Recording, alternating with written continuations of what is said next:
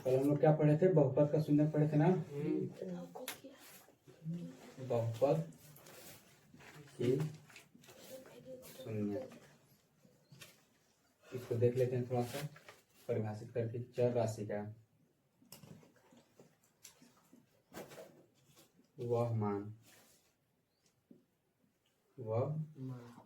मान जिससे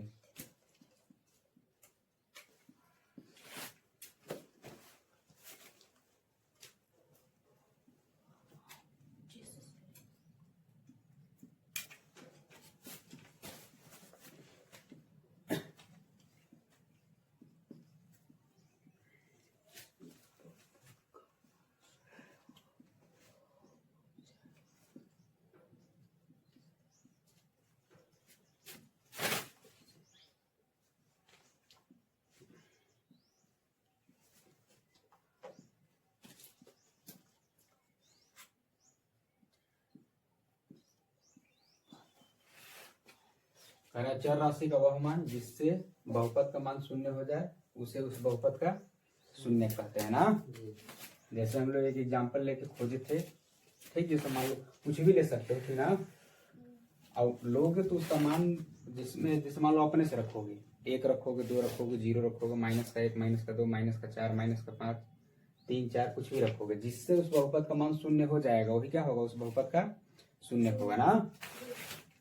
निकाल के आज देखते हैं हम लोग, निकालेंगे भी, ना। एग्जाम्पल में देखो निकाल के देखेंगे। जैसे मैं यहाँ पे लिख देंगे हम px बराबर 3x + 6 ना। अब यहाँ पे हमको क्या करना है? निकालेंगे। देखो बहुपद का मान तभी हम निकाल सकते हैं, ठीक ना, जब इसके बराबर में शून्य को रखा जाए, ठीक। हम लोग क्या करेंगे? यहाँ पे लिखेंगे px बराबर 0, चाहे मान लेना कि माना px बराबर 0। अब इसको निकाल के देखो तो हो जाएगा यहाँ पे 0 बराबर 3x + 6, यानी यहाँ पे हो जाएगा 3x + 6 बराबर 0, ठीक ना। हम लोग निकाल रहे हैं, रखने कल सीखे थे, आज हम लोग क्या करेंगे? मान निकाल के देखेंगे कि कितना कितना आता है। तो यहाँ पे हो जाएगा 3x, अब बराबर इधर 6 प्लस में इधर आएगा तो क्या होगा? माइनस में। x बराबर क्या होगा? हमको x का मान ही चाहिए, ठीक ना। यहाँ पे होगा -6, इधर गुणा में 3 इधर आएगा तो भाग में 3। x बराबर 3 1 कम 3, 3 गुना के 6, -2 आएगा ना, ठीक। अब यही क्या है? जो -2 है इस बहुपद का क्या है? शून्य है, ठीक ना।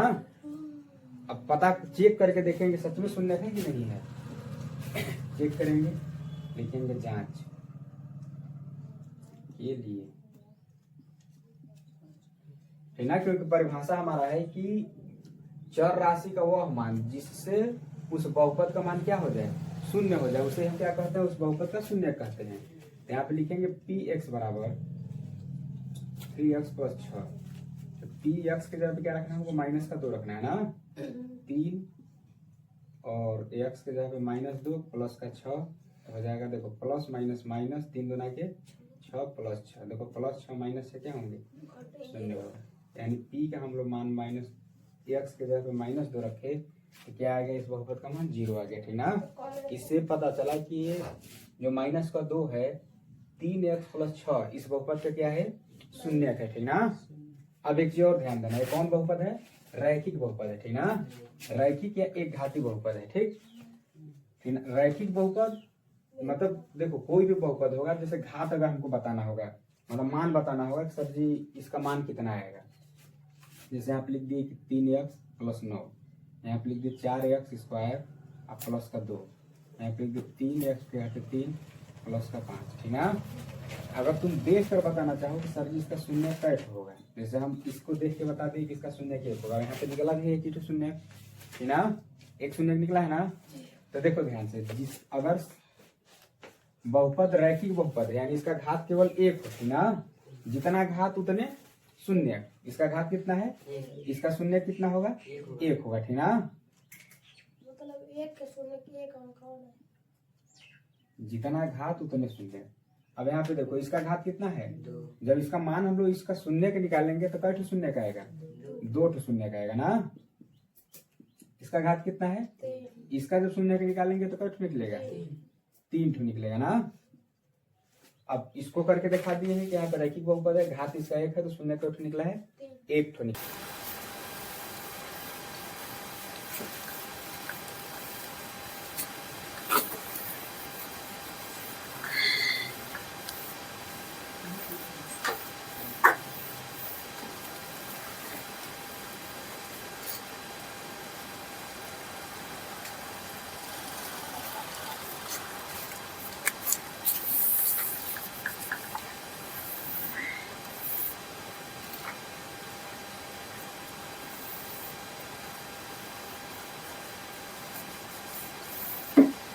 अच्छा एक चीज जानते हो, चतुर्थांश अरे 9 में पढ़े हो, ठीक ना, पाठ 3 9 में पढ़े हो चतुर्थांश। देखो चतुर्थांश में 2 अक्ष होते हैं, वाई अक्ष और एक्स अक्ष ना। ये होता है मूल बिंदु। अगर मूल बिंदु से एक्स अक्ष पे बाईं तरफ जाओगे तो ऋणात्मक संख्याएं चलेंगे, ठीक ना, और दाएं तरफ आएंगे तो धनात्मक। अगर वाई अक्ष पे नीचे की ओर जाएंगे तो ऋणात्मक और ऊपर की ओर जाएंगे तो धनात्मक। इसमें देखना क्या होता है कि जब कोई रेखीय बहुपद हो, ठीक ना, रैखिक बहुपद जिसका घात 1 हो, ठीक ना, जैसे मान लो हम लोग यहाँ पे लिख दिए कि ए एक्स प्लस बी, इस तरह से, तो इसमें क्या होगा कि जो रेखा बनेगा या तो ऐसे बनेगा या तो ऐसे, मतलब चाहे जैसे बनेगा लेकिन सीधा रेखा बनेगा ना। इसका जो ग्राफ बनेगा वो एक सरल रेखा बनेगा। सरल मतलब होता है सीधा, ठीक ना, रेखा मतलब लाइन, सीधा रेखा बनेगा। लेकिन अगर हम लोग बात करें कि द्विघात बहुपद जिसका घात 2 हो, तब कैसे बनेगा? इसका होता है परवलयाकार। ये क्या है? सरल रेखा, सरल रेखा। और इसमें क्या होगा? परवलयाकार, मतलब घुमावदार रहेगा ना, या तो ऐसे रहेगा ना, अगर ऐसे नहीं रहा तो ऐसे रहेगा, ऐसे रहेगा, ठीक, मतलब ऐसे वक्र घुमाकर घुमावदार बनेगा। इसका नाम क्या होता है? परवलयाकार होता है, ठीक ना। अब इसमें देखो क्या होता है कि जब ग्राफ पेपर पे देख करके ग्राफ बना रहेगा, मान लो पेपर में कभी आ जाता है ग्राफ पे ग्राफ बना रहता है, इसको कहता है ग्राफ को देख करके इस बहुपद का शून्यक बताएं। यानी अगर पी एक्स बराबर है बहुपद ना, पी एक्स में है तो कहेगा कि पी एक्स का शून्यक बताओ। तो पी एक्स का शून्यक हम क्या बताएंगे? देखो यहाँ पे एक्स है, यानी एक्स अक्ष पे ना जो रेखा वो जितनी जगह काटेगा, ठीक ना, उस बहुपद के उतने शून्यक होंगे। इसमें देखो कई जगह काटा है, इसके कितने शून्यक हैं? 1 है। अब इसको देखो, यहाँ पे हम परवलयाकार बताए हैं लेकिन इसका उदाहरण नहीं है, ठीक ना। एक आकार इसका परवलयाकार होता है, लेकिन जब भी इसको विभाजित करेगा, काटेगा, तो हो सकता है इस तरह से काटे, ठीक ना, मतलब ऐसे काटेगा कि एक्स अक्ष पे कई जगह कटे? 2 जगह कटे। क्योंकि हम लोग इसमें क्या जानते हैं कि जितनी जगह काटेगा एक्स अक्ष पे उतने शून्यक होगा। तो अगर एक जगह काटेगा तो 1 शून्यक होगा, लेकिन ये बहुपद कौन है? द्विघात बहुपद है। हम लोग पढ़े हैं कि अगर एक घात है तो शून्यक कितना होता है? अगर घात 1 है तो शून्यक कितना होगा? शून्यक 1 होगा। जैसे रैखिक बहुपद है, यहाँ पे लिखेंगे हम लोग रैखिक बहुपद ना। रैखिक बहुपद जो होता है उसका केवल 1 घात होता है ना, केवल 1 घात होता है। जब 1 घात इसका होगा, रैखिक नाम ही है रैखिक बहुपद को, हम लोग जानते हैं कि एक घात जिसका अधिकतम घात 1 होता है उसको हम लोग रैखिक बहुपद कहते हैं। अगर रैखिक बहुपद का घात 1 है तो उसके शून्यक कितने होंगे? शून्यक भी 1 होंगे ना। अब यहाँ पे देखो द्विघात बहुपद, द्विघात बहुपद, द्विघात बहुपद में घात कितने होते हैं? 2 घात होते हैं। जितने घात उतने शून्यक, ठीक ना। घात कितना है? शून्य कितने होंगे? 2। जितना घात उतना शून्य। तो अगर हम लोग यहाँ पे उदाहरण लिखें, देखो अधिकतम घात कितना है? 2। जब अधिकतम घात 2 है तो द्विघात बहुपद है, और द्विघात बहुपद यानी घात 2 है तो शून्य कितना होगा? 2 होगा। अब शून्य 2 होने के लिए शर्त क्या है कि एक्स अक्ष पे कहीं भी कई जगह काटना पड़ेगा? 2 जगह। 2 जगह कटेगा तो शून्य 2 होगा, नहीं कटेगा तो नहीं होगा, ठीक ना। अब ग्राफ देख के बता दोगे?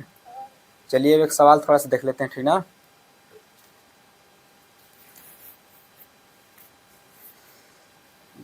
ग्राफ देख करके आप शून्य निकालेंगे ना। इसको देखो कहते हैं वाई अक्ष, इसको कहते हैं एक्स अक्ष, इसको वाई अक्ष, इसको एक्स अक्ष मान लेते हैं। किसी को भी पहला दूसरा, तीसरा, चौथा, पांचवी और छठी, ठीक ना।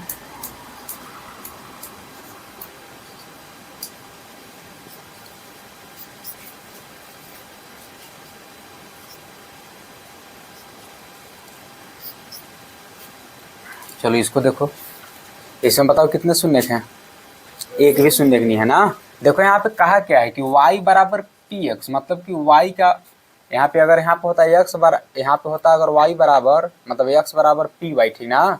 तो हम लोग खोजते किस पे, y अक्ष पे खोजते, लेकिन हमसे कहा क्या है कि y बराबर पी एक्स पूछा है, ठीक ना। तो इसलिए हम क्या करेंगे, x अक्ष पे खोजेंगे। देखो इसमें x अक्ष पे एक जगह भी काटा नहीं है, ठीक ना।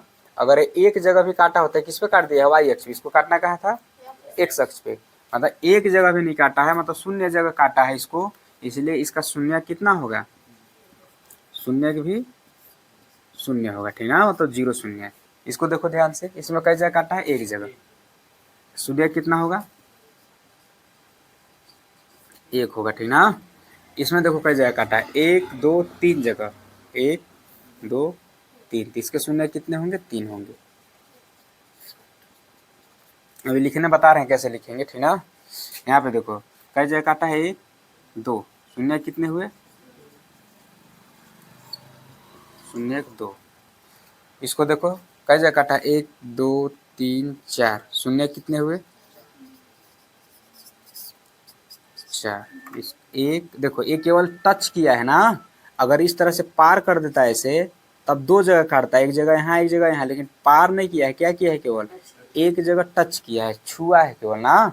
तो छुआ है तो एक जगह ही, एक जगह यहाँ छुआ है 2, एक जगह यहाँ छुआ है 3, इसके शून्य कितने हैं, 3।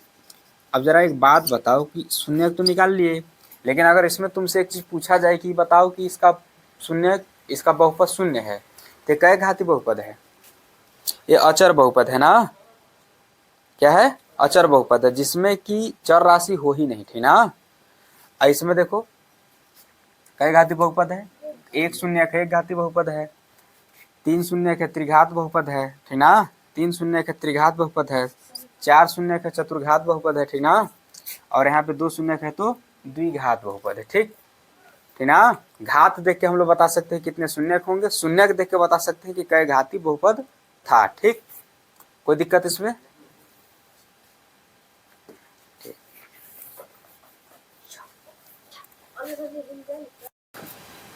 देखना है पे ना, इसको लिखने का तरीका सीख रहे हैं ना, प्रेजेंटेशन कैसे करते हैं हिंदी में लिख करके। केवल 2 को हम बताएंगे, बाकी तुम लोग लिखोगे। यहाँ पे लिखोगे को एक भी बिंदु पर नहीं काटता है ना, नहीं काटता है। देखो इसमें इस ग्राफ में x अक्ष को एक जगह भी कहीं काटा है, कहीं नहीं काटा है ना, तो इसलिए लिख दिए कि एक जगह भी नहीं काटा है। तो फिर लिखेंगे अतः px के शून्यकों की संख्या, शून्यकों की संख्या शून्य है। इसमें क्या लिखेंगे, इसमें लिखेंगे चूंकि ग्राफ x अक्ष को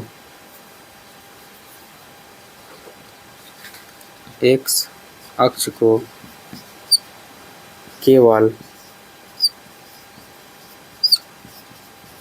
एक बिंदु पर काटता है,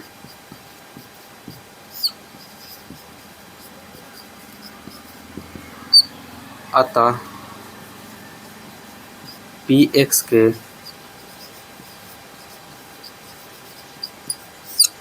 शून्यकों की संख्या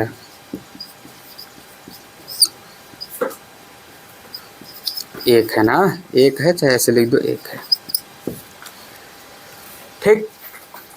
ग्राफ में शून्यकों की संख्या किस चीज पर निर्भर करता है कि x अक्ष को कितने बिंदुओं पे काटा है, ठीक ना। एक बिंदु पे काटा है तो एक शून्य है, एक को बिंदु पे नहीं काटा है तो शून्य है। और अगर दो दो जगह काटा होता तो कितना था, दो, तीन जगह काटा है तो 3 शून्य है, 4 जगह काटेगा तो 4 शून्य है, 5 जगह काटेगा तो 5 शून्य। हिंदी में बस क्या लिखना है यहाँ पे हमको, देखें कई जगह काटा है तो यहाँ पे वही लिखेंगे, ग्राफ एक्स अक्ष को एक भी बिंदु पर नहीं काटा है, ठीक ना। जब एक भी बिंदु पर नहीं काटा है तो इसका शून्य कितने होंगे, 0 होंगे, ठीक ना। यहाँ पे कह रहा है कि एक्स अक्ष को केवल एक बिंदु पर काटता है, तब इसको शून्य कितने हुए, 1 हुए। इसको कैसे लिखोगे, लिखोगे कि ग्राफ एक्स अक्ष को 3 बिंदुओं पे काटता है, ठीक ना। तो पी एक्स के शून्य कितने होंगे, 3 होंगे। इसको क्या लिखोगे, 1 2 3 4, तब लिखोगे इसमें कि ग्राफ एक्स अक्ष को 4 बिंदुओं पे काटता है, इसलिए इस पी एक्स का, ठीक ना, चाहे इस ग्राफ में एक जो शून्य होगा कितना होगा, 4 होगा। उसी तरह से इसको डिफाइन कर दोगे, ठीक ना।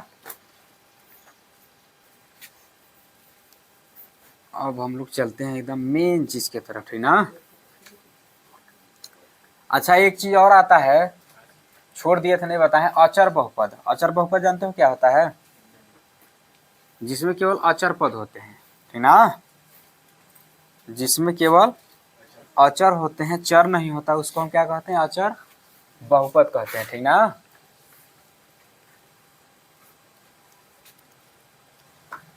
देखा ना, जैसे अचर बहुपद, जैसे 5 3 हो गया, 4 हो गया, 6 हो गया, 7 हो गया, सब क्या है, अचर बहुपद है। बहुपद है, ठीक ना। बहुपद की परिभाषा क्या है कि जिसमें चर हो और अचर भी हो, उसको हम क्या कहते हैं, बहुपद कहते हैं। मतलब चिन्हों के द्वारा जुड़ा, बीजीय व्यंजक के तो चर अचर, बीजीय व्यंजक के द्वारा क्या हो, जुड़ा हुआ हो, उसको हम क्या कहते हैं, बहुपद कहते हैं। तब यहाँ पे देखो सर, बहुपद एक ऐसे होगा, 3 है तो 3 कैसे बहुपद हो जाएगा। तो यार एक चीज हम लोग पढ़े हैं जब पीछे पढ़ रहे थे कि यदि a की घात 0 हो तो इसका मान कितना होता है, 1 होता है। किसी भी संख्या का या किसी भी अंक का मान अगर घात 0 हो ना, तो उसका मान कितना होता है, 1 के बराबर होता है। तो इसमें देखो, अगर हम यहाँ पे गुणे में 0 कर सकते, ऐसे कर सकते हैं, एक कर सकते हैं ना, कोई दिक्कत इसमें। किसी भी अंक के गुणे में या भाग में हम 1 कर सकते हैं, ठीक ना, 1 किए। अब यहाँ पे 3 गुणे 1 के जगह पे x की घात 0 लिख सकते हैं। हमको पता है कि x की घात 0 का मान कितना होगा, 1 होगा, और 3 गुणे 1 बराबर 3 होगा, ठीक ना, 3 एकम 3। तो जब अब यहाँ पे देखो 3 और x की घात 0 चर अचर हो गया, तो बहुपद बना। तो केवल एक धन संख्या, ऋण संख्या अगर माइनस का 2 है, ये भी एक बहुपद है, ठीक ना। माइनस का 9 है, ये भी एक बहुपद है, ठीक ना। अगर कोई लिख दे कि 4/3, ये भी एक क्या है, बहुपद है, ठीक ना, क्योंकि हम इसके भी गुणे में 1 लिख सकते हैं, और 4/3 और गुणे 1 के जगह पे x की घात 0 चाहे y की घात 0 चाहे a की घात 0 चाहे b की घात 0 लिख सकते हैं ना। तो क्या हो जाएगा, 4/3 x की घात 0 बहुपद नहीं है, भी बहुपद है ना। यानी कोई भी संख्या ऋणात्मक लिख लो, परिमेय संख्या लिख लो, बटे वाली संख्या लिख लो, धनात्मक संख्या लिख लो, सब के सब क्या है, बहुपद है, ठीक।